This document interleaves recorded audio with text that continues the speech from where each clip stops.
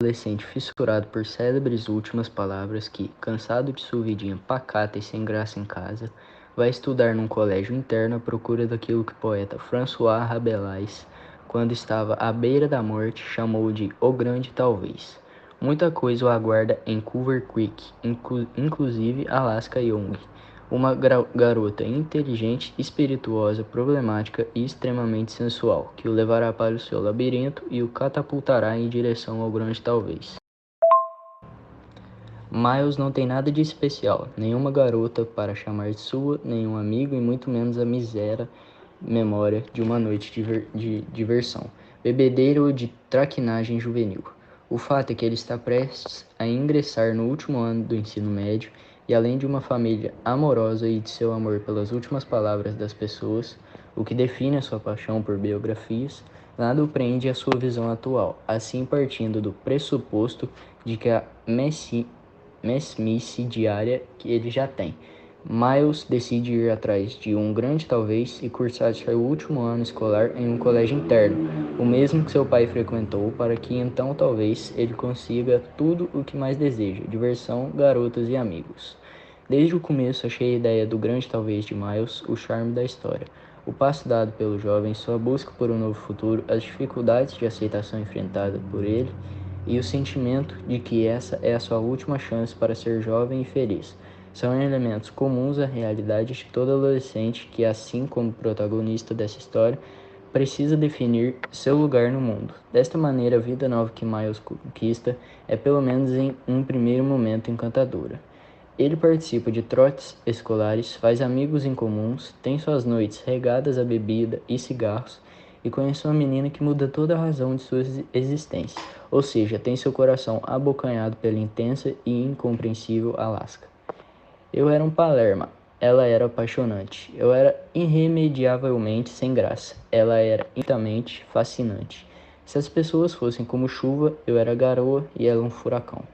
Temos então uma história poética que fala sobre sentimentos juvenis conflitantes e que mostra os medos que afligem esses jovens, relatando desde seus problemas sociais até mesmo a depressão e o vício que se esconde por trás de suas escolhas.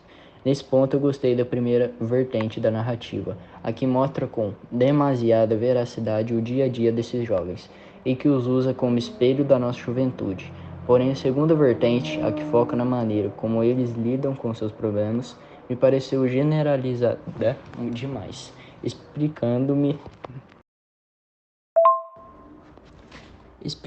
melhor, digo que a narrativa é realística quando o assunto é drogas, sexo e bebidas na juventude. Contudo, ao mesmo tempo, ela é extremista, pois trata esses assuntos com leviandade, como se tais escolhas fossem normais e comuns. Portanto, tendo em vista esse detalhe, assumo que não gostei de nenhum dos personagens principais, nem de Miles, nem de seus novos amigos e muito menos da Alaska. Quem é Você, Alaska? É um livro doloroso e dramático. Entretanto, acredito que por eu já saber qual era a polêmica abordada pelo autor nessa história, e consequentemente por não me surpreender como ela no decorrer da drama, tal fator não foi suficiente para me fazer gostar dos personagens centrais, mesmo diante da dor e mesmo após chorar lendo esse livro repleto de sentimentos intensos.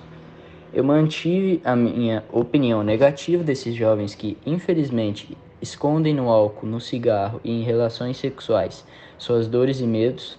Não me entendam mal, mas não é que eu ache que isso não ocorra. É claro que na juventude estamos mais propícios a tomar decisões ruins, contudo não consigo aceitar a forma como isso foi descrito, como se tais escolhas fossem normais. Não posso dizer que li esse livro com demasiadas expectativas. Contudo, confesso que esperava mais, salvo a grande tragédia relatada e as emoções geradas por ela. Não existe nada de tocante e de reflexivo nessa história, pelo menos não no bom sentido. Devo estar parecendo chata e repetitiva. Mas as lições que tirei dessa leitura estão puramente relacionadas com os erros dos protagonistas. Porém, devo salientar que o teor poético da obra, que fala sobre a vida e a morte de uma maneira tão filosófica e real, é um bônus e algo que marca o leitor. Sendo assim, no geral, não digo que essa é a melhor obra juvenil que já li, muito menos que a melhor obra do John Green, né? E olha que evitei comparar ou cobrar demais do autor. Contudo, saliento que a história tem seus atrativos e uma narrativa que, mesmo com personagens nada carismáticos, envolve e suga completamente o leitor. Passamos a vida inteira no labirinto perdidos, pensando em como um dia conseguiremos escapar e em quanto será legal. Imaginar esse futuro é o que nos impulsiona para a frente, mas nunca fazemos nada, simplesmente usamos o futuro para escapar do presente. Miles Halter estava em busca de um grande talvez. Alaska Young queria saber como sair do labirinto, se os caminhos se cruzaram no internato Culver Creek, e nada será como antes. Miles Halter levava uma vidinha sem graça e sem muitas emoções. Na Flórida, ele tinha um gosto peculiar, memorizar as últimas palavras de grandes personalidades da história. Uma dessas personalidades, François Rabelais, escritor, disse no leito de a morte que ia em busca de um grande talvez, para não ter que esperar a morte para encontrar seu grande talvez. Miles decide fazer as malas a partir. Ele vai para Culver Creek, um internato no ensolarado Alabama. Lá, ele conhece Alaska Young, em seu livro preferido, O General em seu Labirinto, de Gabriel Garcia Marques. Esta pergunta, para a qual ele busca incessantemente uma resposta. Como vou sair desse labirinto? Inteligente, engraçada, imprevisível e incrivelmente sexy. Alaska vai arrastar Miles para o seu labirinto e catapultá-lo, sem misericórdia, na direção do grande talvez. Ele se apaixona por Alaska, mesmo sem entendê-lo, mesmo tentando sem sucesso decifrar o enigma de seus olhos verde esmeralda. Alaska Young, a menina selvagem autodestrutiva, problemática, linda e enigmática, que capta a atenção e o coração de Miles. Ela é descrita tendo belos e grandes olhos verdes esmeralda, cabelos castanhos escuros e com várias curvas pelo corpo. O labirinto não é a vida ou a morte. O labirinto é o sofrimento.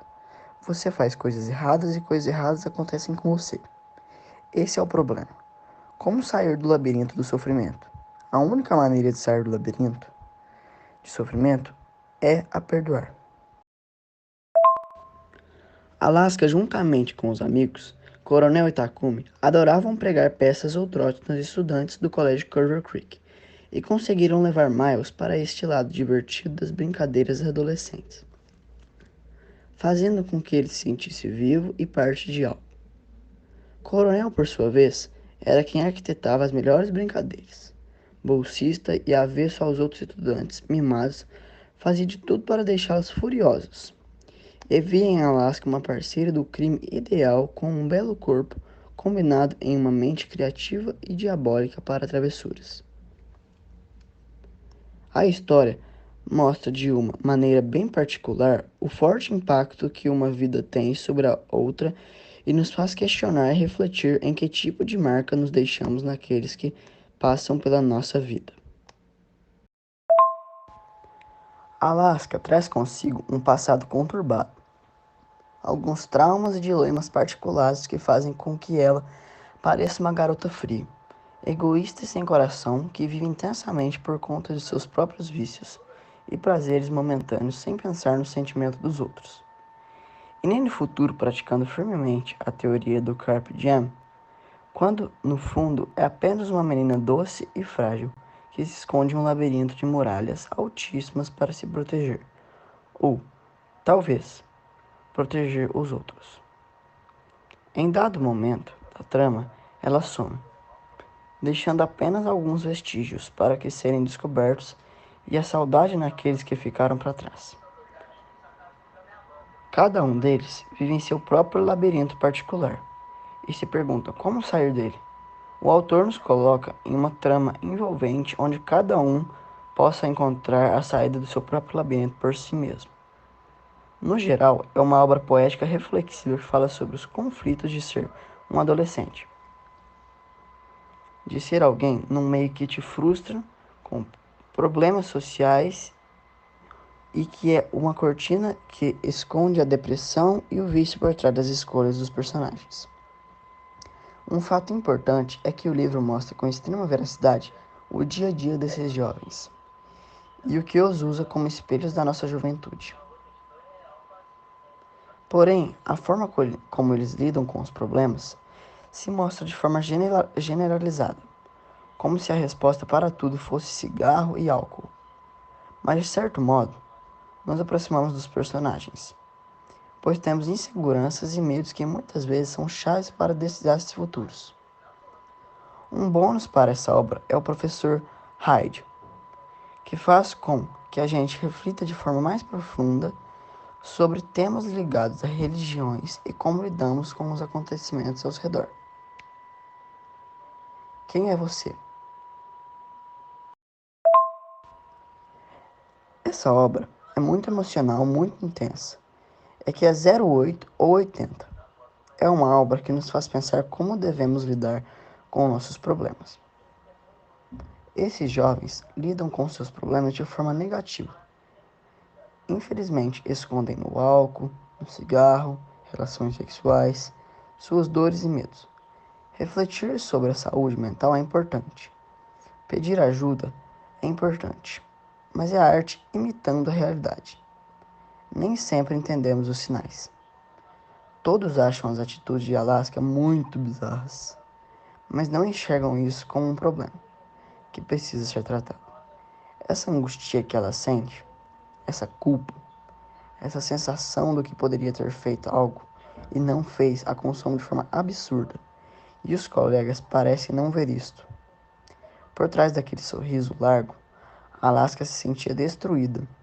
É sobre isso, sobre ser atento a esses temas como depressão, angústia e no sexo, no cigarro, na bebida que ela se jogava. Isso não é normal.